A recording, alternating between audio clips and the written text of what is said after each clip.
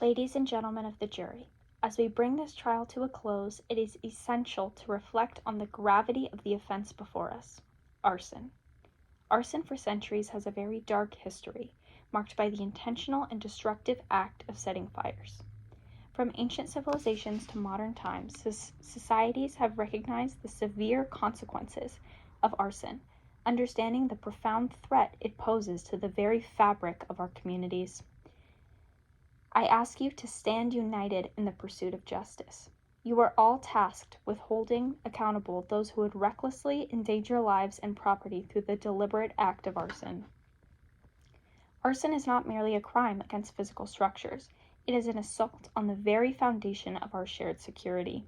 It leaves in its wake not only charred remains, but also shattered lives and fractured communities. Our laws against arson are a testament to our collective commitment to protecting the safety and well-being of our citizens. As jurors, you play a crucial role in upholding the principles that safeguard our communities from the devastation wrought by those who would maliciously set fire to the places that we all call home.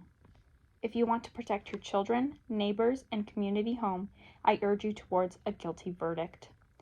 Less than 13% of arsonists ever have the chance to face trial, as the evidence is often charred. However, today you are all faced with a guilty arsonist and the evidence to prove it. Given this low statistic, the conviction of the defendant would also prevent further crime and thus further community harm. I urge you to act now on behalf of all victims to arson, which costs our community money, sentimental buildings, and even sometimes loved ones. Further, let's examine the exact consequences of arson and what that may look like for our community. Arson poses a direct threat to human life. Deliberately setting fires can result in injuries or fatalities for occupants of a burning structure, as well as for first responders attempting to control the flames. The intentional creation of such life-threatening situations is a seriously criminal act. Arson causes extensive damage to property, leading to financial losses for individuals and businesses. Beyond the physical destruction of buildings and our belongings, arson often results in emotional distress and upheaval for those directly affected.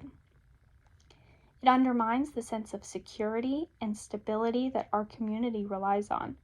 Arson undermines the safety and security of our communities. It can disrupt the social fabric by displacing residents, causing fear, and eroding the trust that binds our neighbors together.